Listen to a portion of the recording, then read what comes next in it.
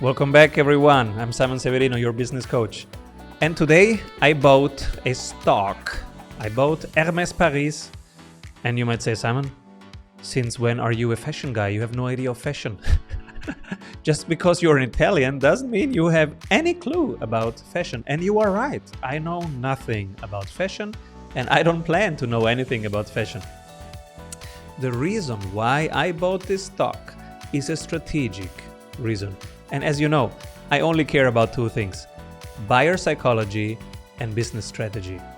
So I'm sharing with you buyer psychology insights and business strategy insights that you can use today in two ways. First of all, you can apply the learnings that I'm sharing in a moment to your own business. If you are a solopreneur, a small business, medium-sized business, you can apply these principles immediately to your business this week, and by doing that, increasing your pricing power. And an additional value is also, as an investor, you might have a shortcut here to your research about a possible stock that might be interesting for your long-term portfolio. So let's have a look at Hermes Paris and why I bought the stock today. This is not financial advice. I'm just sharing my research process and specifically my thinking about the two, my expertise areas, which is buyer psychology and business strategy. If we look at Hermes, one thing that stands out from their financials, when we compare them to their peers, and if you look at industry competition, immediately Louis Vuitton pops up. And so I was comparing the financials, and I found something extremely interesting. The financials have one big difference. The cost of acquisition of one new client couldn't be more different for Hermes than it is for Louis Vuitton. So I dig deeper. How is it possible that Hermes spends 4.5% on acquiring a new customer, while Louis Vuitton spends 16% in the same quarter? So I went even deeper. And my question was, wait a moment, maybe the profit margins are different. Let's go to the profit margins. So I was expecting Louis Vuitton to have lower profit margins. What I found is that Hermes has year over year profit margins like a software business, which doesn't have all the hardware expenses, even being in a hardware business. So two things stood out. First, much lower costs to get new clients and much higher profits quarter over quarter, year over year, over multiple years. So I was intrigued and I started studying, what is it? What is the difference? Both are owner-led, so that's not the difference, because we know that owner-led businesses have, on average, over the last decades, 7% higher performance than not owner-led businesses. And the reason is simple. Charlie Munger explained the reason very well. He said, show me the incentives and I show you the results. So if you have a CEO who is not the owner, the incentives for the CEO are very different. It's not really their business, so they're just doing a job. You sleep differently if you are a business owner or if you just operate the business for somebody else. So the incentives are not 100% aligned when you are not the owner. This is why owner-led businesses, and you can see this with NVIDIA, with Tesla, and with many other examples, are much, much stronger. Also, the beginning of Visa, if you remember, was really, really led by the owner. Now, if we stay with that finding. Let's go deeper into that finding. So much higher profit rates, high as software, and much lower cost of acquisition. So I went deeper and deeper and deeper. And then my thesis was, what if one of them is in true luxury and has network effects, and the other one is in mixed luxury and has network effects? Because Louis Vuitton has also a part that is not luxury, which is all the beverages, right? Champagne, etc. They're not really luxury. They are also available for many people who aspire to live a luxurious life, but they don't. And sometimes they drink champagne because it feels luxurious, but they are not the real target audience.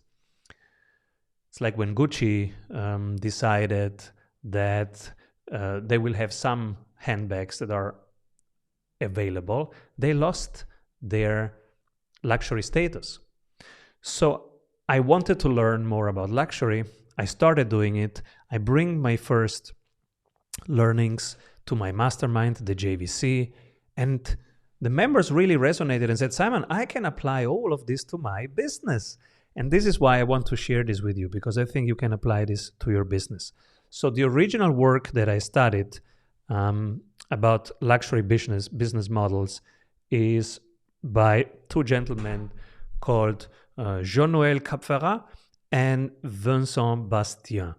They did the article about the luxury business model in 2008, and I went through the whole thing to extract some key learnings for you. So you don't have to read the whole thing, but if you want to read it, I will put it on X for you to grab it.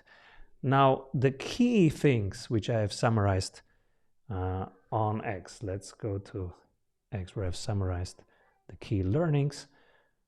Here they are. So how can you, as a small business owner, achieve high margins, software-like margins, even if you are in hardware or other services? You can shift from price taker to price maker, and here is exactly how you do it. First, full control of the value chain. We see Elon doing this, we see many people doing this. Full control of the value chain means you do not rely on third parties for the entire value chain, from awareness to delivery to upsell, cross-sell, retainment, and expanding. It's all in your control, okay?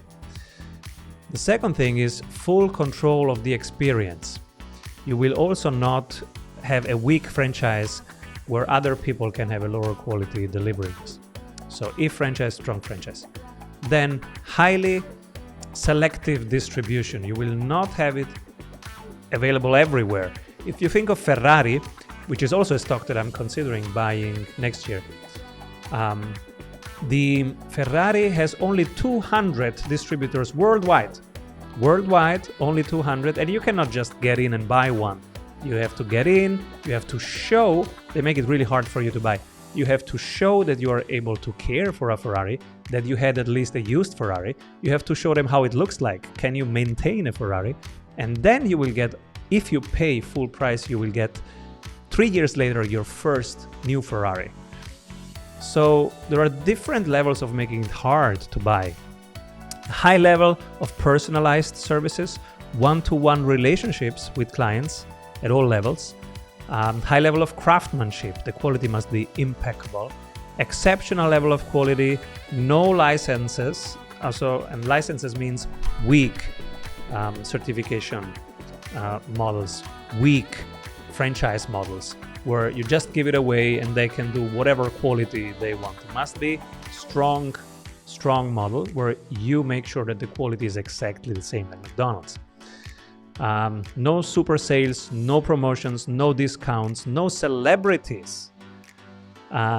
So if you want to apply these things, try it with your own business model. It might really increase the pricing power that you can have. And when you shift from being a price taker to a price maker, now everything changes for you. Your cost of acquisitions will be lower.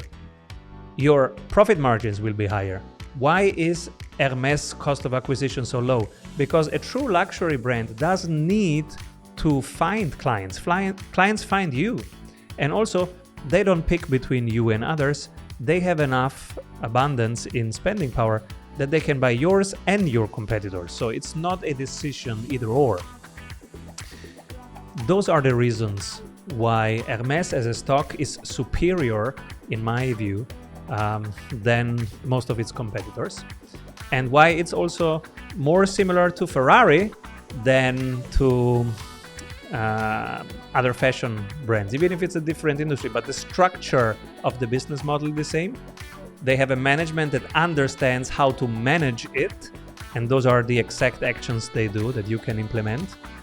So I hope it can inspire you to stay in a position of strong pricing instead of getting into a position of having to take prices that people want to give you. And have a great week. See you soon.